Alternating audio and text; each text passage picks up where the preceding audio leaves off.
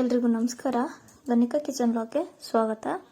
ನಾನು ಇವತ್ತಿನ ವಿಡಿಯೋ ಆಗ್ತಾ ಇರೋದು ಮದ್ದೂರು ವಡೆ ಮಾಡೋದನ್ನು ಯಾವ ರೀತಿ ಅಂತ ತಿಳಿಸ್ಕೊಡ್ತೀನಿ.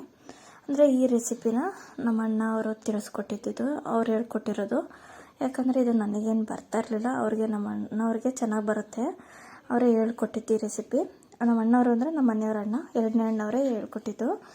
ಇವಾಗ ನೋಡಿ, ಮೊದಲನೇದಾಗಿ ಯಾವ ರೀತಿ ಮಾಡಬೇಕು ಅಂತ ಎಲ್ಲ ಜೋಡಿಸ್ಕೊಂಡಿದ್ದಾರೆ. ಇಲ್ಲಿ ಹಾಲಲ್ಲೆಲ್ಲ ಕೂತ್ಕೊಂಡಿದ್ರಲ್ಲ, ಅಲ್ಲಿ ಅವರೆಲ್ಲ ಜೋಡಿಸಿ ಎಲ್ಲ ಹಾಕಿ ಮಿಕ್ಸ್ ಮಾಡಿಕೊಟ್ಟ ಮೇಲೆ, ಮಿಕ್ಸ್ ಮಾಡಿದೆ ನಾನೇ, ಅವರೆಲ್ಲ ತೋರಿಸ್ಕೊಟ್ರು. ಆವಾಗ ನಾನೇ ಹೋಗಿ ಮಾಡಿದ್ದು. ನೋಡಿ, ಈರುಳ್ಳಿ ಹೆಚ್ಚಿಟ್ಕೊಂಡಿದ್ದೀನಿ, ಚಿರೋಟಿ ರವೆ ತೊಗೊಂಡಿರೋದು ಒಂದು ಅರ್ಧ ಬೌಲಷ್ಟು, ಎಳ್ಳು, ಬಿಳಿ ಎಳ್ಳು ಸ್ವಲ್ಪ, ರುಚಿಗೆ ತಕ್ಕಷ್ಟು ಉಪ್ಪು, ಕಡಲೆ ಬೀಜನೂ ಅಷ್ಟೇನು ಬೇಕಾಗಿಲ್ಲ, ಎಷ್ಟು ಬೇಕಷ್ಟು, ಕೊತ್ತಂಬರಿ, ಪುದೀನ, ಹಸಿಮೆಣಸಿನ್ಕಾಯಿ, ಬೆಳ್ಳುಳ್ಳಿ ಜಜ್ಜಿರೋದು, ಸ್ವಲ್ಪ ಅಕ್ಕಿ ಹಿಟ್ಟು, ಸ್ವಲ್ಪ ಮೈದಾ, ಎರಡನ್ನೂ ಸ್ವಲ್ಪ ನೋಡ್ಕೊಂಡು ಹಾಕೋಬೇಕು. ಯಾವ ರೀತಿ ಮಾಡ್ತೀವಿ, ಏನೇನು ಇನ್ನು ಮುಂದೆ ಏನೇನು ಹಾಕ್ತೀವಿ ಅಂತ ಒಂದ್ಸಲ ನೀವು ಕೊನೆವರೆಗೂ ವಿಡಿಯೋ ನೋಡಿ. ಯಾರು ಎಲ್ಲೂ ವಿಡಿಯೋ ಸ್ಕಿಪ್ ಮಾಡ್ದಿರ ಕೊನೆವರೆಗೂ ವಿಡಿಯೋ ನೋಡಿ, ನಿಮಗೆ ಗೊತ್ತಾಗುತ್ತೆ. ಮೊದಲನೇದಾಗಿ ಈರುಳ್ಳಿ ಹಾಕ್ತಾ ಇರೋದು, ಇದು ನಮ್ಮ ಅಕ್ಕವ್ರ ಕೈ, ಅವರೇ ಹಾಕ್ತಾ ಇರೋದು. ಎರಡನೇ ಅಕ್ಕವರು ಹಸಿಮೆಣಸಿನ್ಕಾಯಿ, ಕೊತ್ತಂಬರಿ, ಕರಿಬೇವು ಎಲ್ಲ ಹಾಕಿದ್ರು. ಜೊತೆಗೆ ಅರಿಶಿನ ಪೌಡ್ರೂ ಹಾಕ್ಕೋಬೇಕು ಸ್ವಲ್ಪ, ಅವಾಗಲೇ ತೋರಿಸಿರ್ಲಿಲ್ಲ, ಸ್ವಲ್ಪ ಹಾಕ್ಕೊಳ್ಬೇಕು. ಈರುಳ್ಳಿ ನಾನು ಹಚ್ಕೊಂಡಿರೋದೇನಿಲ್ಲ ಅಂದ್ರೂ 4 ಈರುಳ್ಳಿ ಹಚ್ಕೊಂಡಿದ್ದೀನಿ, ಒಂದು ಮೀಡಿಯಮ್ ಸೈಜಲ್ಲಿ ಸಣ್ಣದಾಗಿ ತೆಳುವಾಗಿ ಹಚ್ಕೋಬೇಕು. ಜೊತೆಗೆ ಸ್ವಲ್ಪ ಅಚ್ಕಾರದ ಪುಡಿ, ಹಸಿಮೆಣಸಿನ್ಕಾಯಿ ಕಡಿಮೆ ಹಾಕಿರೋದ್ರಿಂದ ಸ್ವಲ್ಪ ಅಚ್ಕಾರದ ಪುಡಿನೂ ಕೂಡ ಹಾಕೋಬೇಕು. ಜಜ್ಜಿರ ಬೆಳ್ಳುಳ್ಳಿ. ಈಗ ಫಸ್ಟ್ ಏನು ಮಾಡಬೇಕು ಅಂದರೆ ಇಷ್ಟು ಹಾಕ್ಕೊಂಡು ಚೆನ್ನಾಗಿ ಮಿಕ್ಸ್ ಮಾಡ್ಕೋಬೇಕು. ಆವಾಗ ಚೆನ್ನಾಗಿ ಉಪ್ಪು ಖಾರ ಎಲ್ಲ ಈರುಳ್ಳಿಗೆ ಚೆನ್ನಾಗಿ ಅಂಟೋ ಹಾಗೆ ಚೆನ್ನಾಗಿ ಮಿಕ್ಸ್ ಮಾಡ್ಕೊಳ್ಬೇಕು.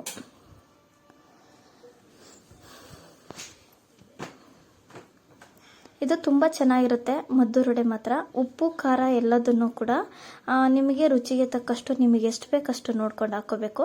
ಸ್ವಲ್ಪ ಇದಕ್ಕೇನಪ್ಪ ಅಂತಂದರೆ ಸ್ವಲ್ಪ ಎಣ್ಣೆ ಹಾಕ್ಕೊಳ್ಬೇಕು. ನೋಡಿ, ಅಡುಗೆ ಎಣ್ಣೆ ಹಾಕ್ಕೋಬೇಕು, ಸ್ವಲ್ಪ ಹಾಕ್ಕೊಂಡು ಚೆನ್ನಾಗಿ ಮಿಕ್ಸ್ ಮಾಡಬೇಕು. ಇವಾಗ ಇದೇ ಮೇಯ್ನ್ ಅಂತ ಹೇಳ್ಬೋದು. ಇದನ್ನು ಚೆನ್ನಾಗಿ ಈ ಥರ ಎಲ್ಲ ಕಡೆನೂ ಉಪ್ಪು ಖಾರ ಎಲ್ಲ ಅಂಟು ಹಾಗೆ ಮಿಕ್ಸ್ ಮಾಡ್ಕೋಬೇಕು. ಈರುಳ್ಳಿಗಳೆಲ್ಲ ಒಂದೊಂದನ್ನು ಅದೇ ಎಳೆಯಾಗಿ ಬಿಡ್ಕೋಬೇಕು. ಆ ಥರ ಚೆನ್ನಾಗಿ ಬಿಡಿಸ್ಕೊಳ್ಬೇಕು ಕೈಯಲ್ಲೇ. ಈ ರೀತಿ ಕೈಯಲ್ಲಿ ಬಿಡಿಸ್ಕೊಂಡು ಆಮೇಲೆ ನಾವು ಇನ್ನು ಮಿಕ್ಕಿದೆಲ್ಲ ಇರುತ್ತಲ್ಲ, ಹಾಕೋದೇನೇನಿರುತ್ತೆ ಎಲ್ಲದನ್ನು ಐಟಮ್ ಎಲ್ಲ ಆಮೇಲೆ ಹಾಕ್ಕೋಬೇಕು. ಈಗ ಹಾಕ್ಕೊಳ್ಬಾರ್ದು. ಈಗ ಬೆಳ್ಳುಳ್ಳಿ ಹಾಕ್ಕೊಳ್ಳೋದು. ಇಷ್ಟು ಮಿಕ್ಸ್ ಮಾಡಿದ್ಮೇಲೆ, ಚೆನ್ನಾಗಿ ಮಿಕ್ಸ್ ಮಾಡಿದ್ಮೇಲೆ ಬೆಳ್ಳುಳ್ಳಿ, ಜಜ್ಜಿರೋ ಅಂಥ ಬೆಳ್ಳುಳ್ಳಿ, ಇದು ಬಿಳಿ ಎಳ್ಳು ಒಂದೊಂದು ಸ್ವಲ್ಪ, ಒಂದು ಅರ್ಧ ಸ್ಪೂನಷ್ಟು ಬಿಳಿ ಎಳ್ಳು, ಬೆಳ್ಳುಳ್ಳಿ ಒಂದು ಅರ್ಧ ಗೆಡ್ಡೆಯಷ್ಟು, ಒಂದು 10 ಇಲ್ಕಷ್ಟು. ನೋಡಿ, ಕಡಲೆ ಬೀಜನ ಹುರಿದು ಪುಡಿ ಅಂದರೆ ಪುಡಿ ಏನು ಮಾಡಬಾರ್ದು, ಸಿಪ್ಪೆ ತೆಗೆದು ತೊಗೊಂಡಿರೋದು, ಅಷ್ಟು ಏನಿಲ್ಲ, ಒಂದು 2-3 ಸ್ಪೂನಷ್ಟು ಹಾಕಿರೋದು. ಇದು ಚಿರೋಟಿ ರವೆ ಒಂದು ಅರ್ಧ ಬೌಲಷ್ಟು. ನೋಡಿ, ನಿಮಗೆ ತೆಳುವು ಅನಿಸಿದ್ರೆ ನೋಡ್ಕೊಂಡು ಹಾಕ್ಕೊಳ್ಳಿ. ನೀರು ಮಾತ್ರ ಹಾಕ್ಲೇಬೇಡಿ, ಯಾಕಂದರೆ ಈರುಳ್ಳಿನಲ್ಲೇ ನೀರು ಬಿಟ್ಕೊಳ್ಳುತ್ತೆ. ನೋಡಿ, ಇದು ಅಕ್ಕಿ ಹಿಟ್ಟು ಹಾಕ್ಕೊಂಡಿರೋದು ಇಷ್ಟು, ಸಾರಿ ಅದು ಅಕ್ಕಿ ಹಿಟ್ಟು, ಇದು ಅಕ್ಕಿ ಹಿಟ್ಟು, ಅದು ಮೈದಾ, ಇದು ಅಕ್ಕಿ ಹಿಟ್ಟು ಸ್ವಲ್ಪ 2 ಸ್ಪೂನಷ್ಟು ಅಷ್ಟೇ ಅಕ್ಕಿ ಹಿಟ್ಟು. ಒಂದು ಅರ್ಧ ಚಿಕ್ಕ ಪ್ಲೇಟಲ್ಲಿ ಒಂದು ಪ್ಲೇಟಷ್ಟು, ಒಂದು ಚಿಕ್ಕ ಪ್ಲೇಟ್ ಇತ್ತಲ್ಲ ಅಷ್ಟು ಮಾತ್ರ ಬೇಕು. ಇದು ಮೈದಾ ಹಿಟ್ಟು. ರವೆ ಹೇಳಿದ್ನಲ್ವ, ಅರ್ಧ ಬೌಲಷ್ಟು ಇರಬೇಕು. ಆ ಬೌಲ್ ಅದೇ ಥರ ಬೌಲ್ ಇರುತ್ತಲ್ಲ, ಅದರಲ್ಲಿ ಅರ್ಧ ಬೌಲಷ್ಟು ಇರಬೇಕು. ಈ ಥರ ನೋಡ್ಕೊಂಡು ಮಾಡ್ಕೊಳ್ಳಿ. ಹಂಗೆ ಹೊಸಬ್ರು ಯಾರಾದರೂ ವಿಡಿಯೋ ನೋಡ್ತಾ ಇದ್ದಾರೆ ಹಂಗೆ ಸಬ್ಸ್ಕ್ರೈಬ್ ಮಾಡ್ಕೊಂಡಿಲ್ಲ ಅಂದರೆ ಈಗಲೇ ಸಬ್ಸ್ಕ್ರೈಬ್ ಮಾಡ್ಕೊಳ್ಳಿ.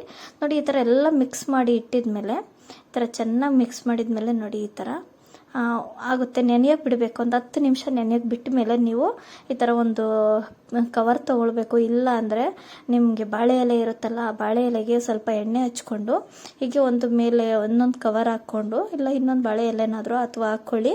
ಅದಕ್ಕೆ ನೀವು ಒಂದು ಪ್ಲೇಟಿನ ಸಹಾಯದಿಂದ ಪ್ರೆಸ್ ಮಾಡ್ಕೊಳ್ಬೇಕು. ಈ ಥರ ನೀವು ನೀರು ಹಾಕ್ಕೊಳ್ಬಾರ್ದು, ನೀರು ಹಾಕ್ಕೊಂಡ್ರೆ ಚೆನ್ನಾಗಿ ಬರಲ್ಲ, ತೆಳುವಾಗಿಬಿಡುತ್ತೆ. ಯಾಕಂದರೆ ಈರುಳ್ಳಿನಲ್ಲೇ ನೀರಿನ ಅಂಶ ಇದೆ. ನೋಡಿಕೊಂಡು ಈ ಥರ ಪ್ರೆಸ್ ಮಾಡಿಕೊಂಡು ನಿಮಗೆ ಶೇಪು ನೋಡ್ಕೊಂಡು ಕುಟ್ಕೊಂಡು ನೀವೇ ಹಾಕ್ಕೊಳ್ಳಿ.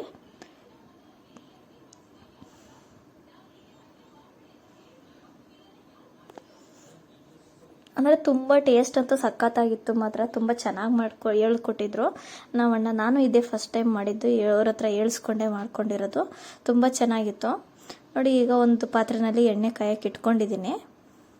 ಇವಾಗ ಎಣ್ಣೆ ಕಾದ್ಮೇಲೆ ನಾವು ಒಂದೊಂದಾಗಿ ಇದೇ ಥರ ಒತ್ಕೊಂಡು ಇದ್ರೊಳಗಡೆ ಹಾಕ್ಕೊಳ್ಬೇಕು. ಮದ್ದೂರು ವಡೆ ಅಂತೂ ಟೇಸ್ಟ್ ಅಂತೂ ಸಖತ್ತಾಗಿತ್ತು. ನೀವು ಒಂದ್ಸಲ ಇದೇ ಥರ ಟ್ರೈ ಮಾಡಲೇಬೇಕು.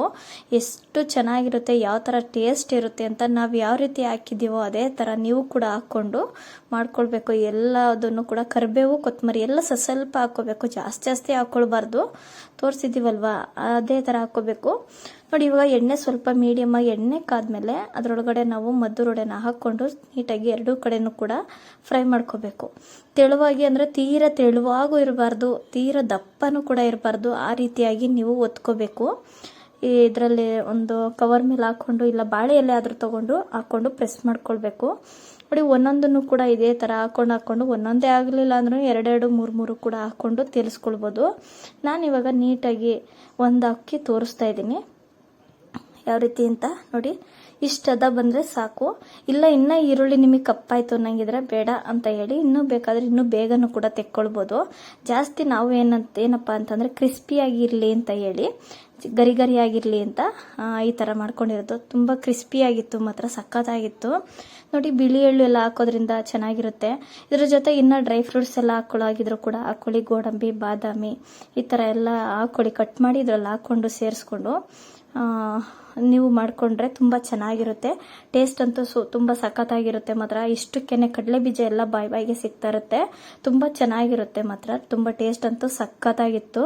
ಮಕ್ಕಳು ದೊಡ್ಡವರು ಎಲ್ಲರೂ ಕೂಡ ಇಷ್ಟಪಟ್ಟು ತಿಂತಾರೆ ನೋಡಿ. ಇದೇ ಥರ ರುಚಿಯಾಗಿರುವಂಥ ಮದ್ದೂರು ವಡೆನ ನೀವೇ ಮನೆಯಲ್ಲೇ ಕೂಡ ಟ್ರೈ ಮಾಡ್ಕೊಳ್ಬೋದು, ಮಾಡಿ ತಿನ್ನಬಹುದು. ತುಂಬ ಚೆನ್ನಾಗಿರುತ್ತೆ ನೋಡಿ. ಎಲ್ರಿಗೂ ನಮಸ್ಕಾರ. ಮುಂದಿನ ವಿಡಿಯೋದಲ್ಲಿ ಸಿಗ್ತೀನಿ. ಹೊಸಬರು ಯಾರಾದರೂ ನನ್ನ ವಿಡಿಯೋ ನೋಡ್ತಾ ಇದ್ರೆ ಇನ್ನೂ ಸಬ್ಸ್ಕ್ರೈಬ್ ಆಗಿಲ್ಲ ಅಂದರೆ ಈಗಲೇ ಸಬ್ಸ್ಕ್ರೈಬ್ ಮಾಡ್ಕೊಳ್ಳಿ.